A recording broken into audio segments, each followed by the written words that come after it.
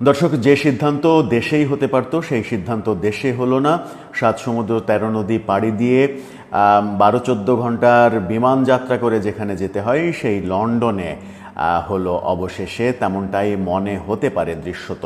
আদতেও সিদ্ধান্ত হলো কিনা, নাকি সিদ্ধান্তের মাঝখানে কোনো ফাঁক ফোকর থাকলো, এই সিদ্ধান্তই কার্যকর হবে কিনা, নাকি সামনে নতুন জটিলতা তৈরি হবে, এই প্রশ্নগুলো এখন উত্থাপিত হওয়াও শুরু করেছে।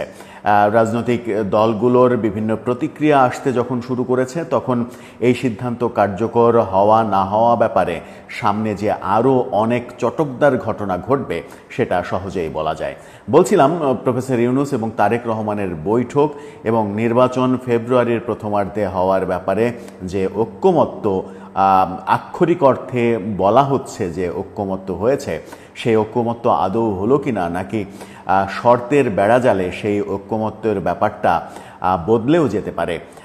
কি ভাবছে অন্যান্য রাজনৈতিক দলগুলো এই পরিস্থিতিতে? আদতে পেছনের ব্যাকগ্রাউন্ডটা কি, পেছনে কি কি ঘটতে পারে, কি কি ঘটলো, সেই আলোচনা করবো এই ভিডিওতে।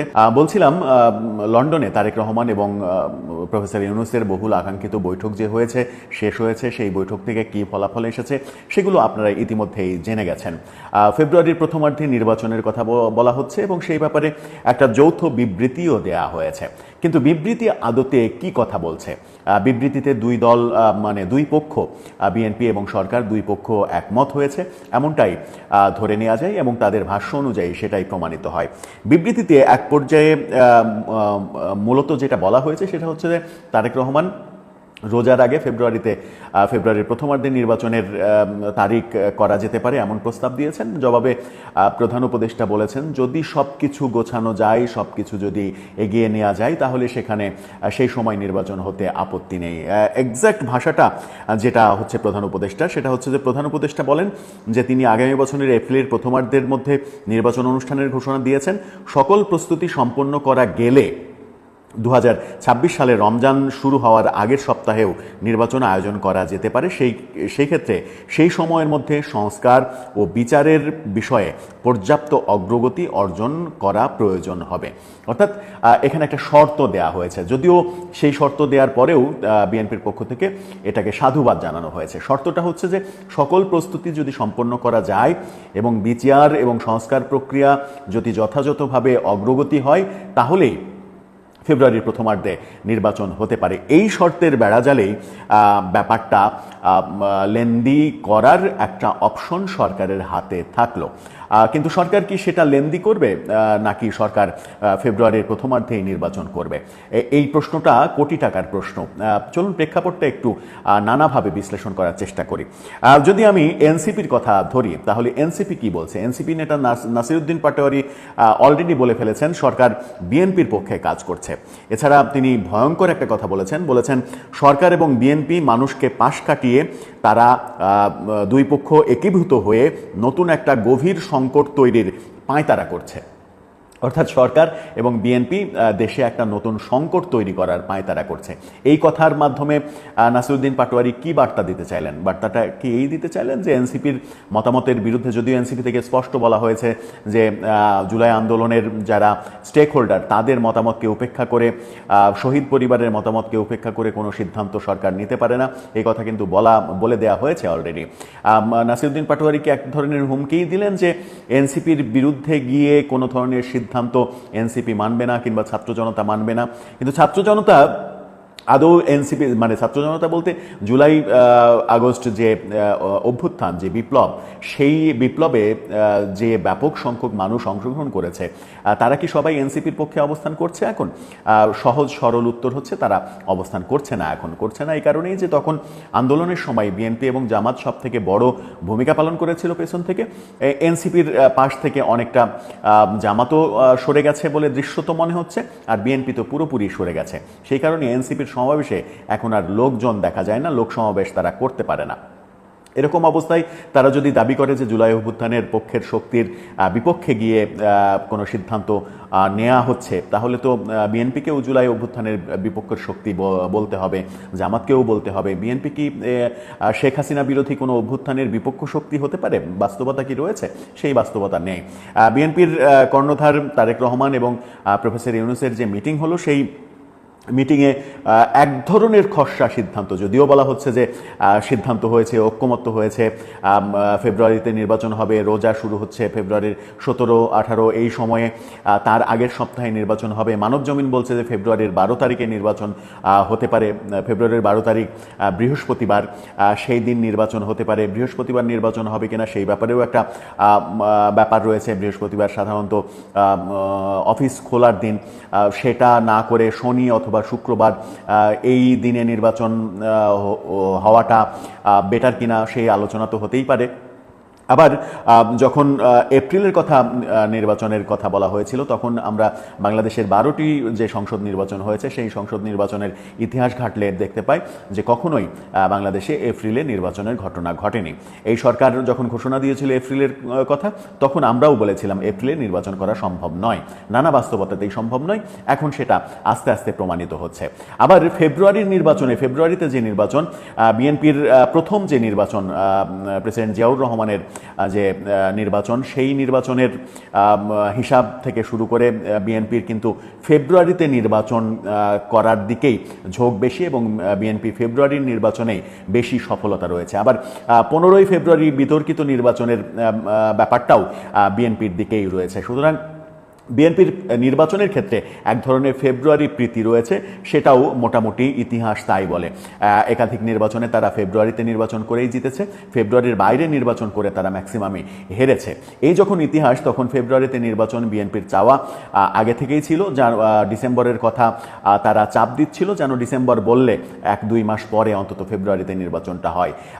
মোটা দাগে এখন বোঝা যাচ্ছে যে বিএনপির সফলতা আসলো, কিন্তু আদতে কি বিএনপির সফলতা আসলো, নাকি এই সফলতা ম্লান হয়ে যেতে একটুও সময় লাগবে না? কারণ প্রফেসর ইউনূস নির্বাচন নিয়ে নানা সময় নানা রকমের কথা বলেছেন। তিনিই প্রথম ডিসেম্বরে নির্বাচনের তত্ত্বটা বলেছিলেন, তারপরে তিনি ডিসেম্বর থেকে জুনে চলে গেলেন, তারপরে তিনি এপ্রিলে ঘোষণা করলেন, আবার তিনি ইউটার্ন নিয়ে এপ্রিল থেকে ফেব্রুয়ারিতে রাজি হলেন। কিন্তু সেখানে শর্ত রাখলেন যে সব প্রস্তুতি সম্পন্ন হলে, বিচার সংস্কার প্রক্রিয়া যথাযথ জায়গায় গেলে তাহলে এটা হতে পারে। ওই একটি পয়েন্টেই ফেব্রুয়ারিতে নির্বাচন না হওয়ার সম্ভাবনা প্রবল আকার ধারণ করতে পারে। সরকারের পরবর্তী কর্মসূচিতে সেটা বোঝা যাবে। যদিও high representative doctor Khalilur Rahman বলেছেন খুব শীঘ্রই নির্বাচন কমিশন নির্বাচনের তারিখ ঘোষণা করবে। সেই তারিখটা যে ফেব্রুয়ারিতে হবে আপাতত সেটাই বোঝা যাচ্ছে, কিন্তু এনসিপির বক্তব্যে মনে হচ্ছে যে সরকার এক ধরনের বেকায়দায় পড়তে যাচ্ছে। কিন্তু প্রশ্ন অন্য জায়গায়, সেটা হচ্ছে যে ফেব্রুয়ারিতে নির্বাচনে রাজি হওয়া প্রফেসর ইউনূসের মতের বিরুদ্ধে যদি হয়, অর্থাৎ এর আগে তো আমরা বুঝছিলাম, জানছিলাম এবং তাদের নানা কর্মকাণ্ডে এটাই বোঝা যাচ্ছিল যে প্রফেসর ইউনূসের সরকার দ্রুত নির্বাচন আসলে দিতে চায় না, নির্বাচন ডিলে করতে চায়, এমনকি জুনেও নির্বাচন দিতে চায় না।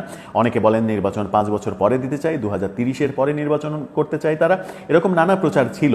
কিন্তু তারেক রহমানের সঙ্গে বৈঠকে তাকে খুবই হাস্যোজ্জ্বল দেখা গেছে, উৎফুল্ল দেখা গেছে। তাহলে কি তিনি ফেব্রুয়ারি নির্বাচনের পক্ষে মতামত দিয়েছেন? ফেব্রুয়ারি নির্বাচনের পক্ষে হঠাৎ করে যে সিদ্ধান্ত তিনি নিলেন কিংবা তারেক রহমানকে আশ্বস্ত করলেন, সেখানে এতটা হাস্যোজ্জ্বল তাকে কেন দেখা গেল? শুধুমাত্র ফেব্রুয়ারি নির্বাচনের ব্যাপারেই কি তিনি এত বেশি হাস্যোজ্জ্বল হওয়ার কথা? আমার মনে হয় না যে ফেব্রুয়ারি নির্বাচনের ইস্যুতে তার এত বেশি হাস্যোজ্জ্বল হওয়ার কথা। হ্যাঁ, তারেক রহমানের হাস্যোজ্জ্বল চেহারা সেটি হওয়ার কথা, কারণ তার প্রস্তাবই ছিল ফেব্রুয়ারিতে নির্বাচন করেন রোজার আগে, সেটাই প্রফেসর ইউনূস এক অর্থে রাজি হয়েছেন। কিন্তু প্রফেসর ইউনূসকে এত বেশি হাস্যোজ্জ্বল কেন দেখালো? তাহলে কি তাদের বৈঠকে আরও অনেকগুলো সিদ্ধান্ত হয়েছে যে সিদ্ধান্তের সম্ভাবনার কথা আমরা আলোচনা করেছিলাম? দুটো সম্ভাবনার কথা আলোচনা করেছিলাম।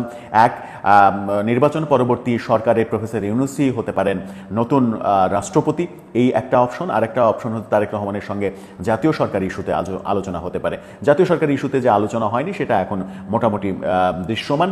আবার নির্বাচনের পরে যে ঐক্যমতের সরকার হবে কিনা সেই প্রশ্নের উত্তরও আবার আমির খসরু মাহমুদ চৌধুরী পরিষ্কার করে দিয়েছেন যে সেটা নির্বাচনের পরের ব্যাপার। নির্বাচনের পরে যে দল বিজয়ী হবে তারা সিদ্ধান্ত নেবে যে ঐক্যমতের সরকার হবে কি হবে না। তাহলে আলোচনায় কি এই ব্যাপারটা উঠে এসেছে? তারেক রহমান এবং প্রফেসর ইউনূস একান্তে একা একা যখন বৈঠক করেছেন, তাদের বৈঠকের আগে হাই রিপ্রেজেন্টেটিভ খলিলুর রহমান এবং আমির খসরু মাহমুদ চৌধুরী দ্বিপাক্ষিক আলোচনা করেছেন। এই আলোচনায় সমঝোতা হয়েছে। তারপরে তারেক রহমান এবং প্রফেসর ইউনূস আলোচনা করেছেন। যে সমঝোতা খলিলুর রহমান এবং আমির খসরু মাহমুদ চৌধুরীর মিটিংয়ে লন্ডনে হলো, সেই সমঝোতা দেশে কেন হলো না? দেশেই তো সেই সমঝোতা হতে পারতো। সেটা দেশে না হয়ে লন্ডনে গিয়ে কেন হলো? লন্ডনে গিয়ে কেন সমঝোতা করতে হলো? তার মানে কি এই যে বিমানের দূরত্ব, এই বিমানের দূরত্বটা এবং এটা যে কোনো সহজ সিদ্ধান্ত নয়, এই এত কঠিন সিদ্ধান্ত তারেক রহমান ছাড়া সম্ভব নয়, এই ব্যাপারটা প্রমাণের জন্যই কি সিদ্ধান্তটা ডিলে করা হচ্ছিল? আমরা স্পষ্ট দেখলাম যে খুবই সহজে 1.5 ঘন্টার একটা মিটিং হয়েছে, সব মিলিয়ে খলিলুর রহমান, আমির খসরু চৌধুরী, তারপরে সবাই মিলে, তারপরে একা একা সব মিলিয়ে 1.5 ঘন্টার মিটিং হয়েছে। এই 1.5 ঘন্টার মিটিংয়ে এত বড় একটা সিদ্ধান্ত চলে আসলো, অথচ দেশে বিএনপি অভিযোগ করছিল তাদেরকে যমুনাতে যাওয়ার অনুমতি দেওয়া হয় না, তাদের কথা শোনাই হয় না। কেন এই দুই রকম দৃশ্য আমরা দেখলাম? তাহলে তারেক রহমানের সঙ্গে বৈঠকে কি এই ব্যাপারটা ফাইনাল হয়ে গেল যে বিএনপি সরকার গঠন করলে পরবর্তী রাষ্ট্রপতি হতে চলেছেন প্রফেসর ইউনূস? এই কারণেই প্রফেসর ইউনূসকে এত বেশি হাস্যোজ্জ্বল দেখালো। অনেকগুলো প্রশ্ন সামনে এসে যাবে। তবে সবথেকে বড় প্রশ্ন যেটা, সেটা হচ্ছে যে এই যে সমঝোতা হলো বলে মনে হচ্ছে ফেব্রুয়ারিতে নির্বাচন হবে। ফেব্রুয়ারির মানবজমিনের ভাষ্য যদি মেনে নেওয়া যায় যে 12 তারিখে কিংবা প্রথম সপ্তাহে 7 থেকে 10 তারিখ, 7 থেকে 12 এই সময়ের মধ্যেই নির্বাচন হবে, যদি হয়, নির্বাচনের ঘোষণা যদি হয় সেই সময়েই হবে, এটা মোটামুটি নিশ্চিত করেই বলা যায়। কারণ 17 তারিখ থেকে রমজান শুরু হচ্ছে। নির্বাচনের পরে সরকার গঠনের একটা সময় প্রয়োজন। সেই সরকার গঠনের সময়ের জন্য অন্তত 7 দিন 10 দিন সময় হাতে রাখা উচিত।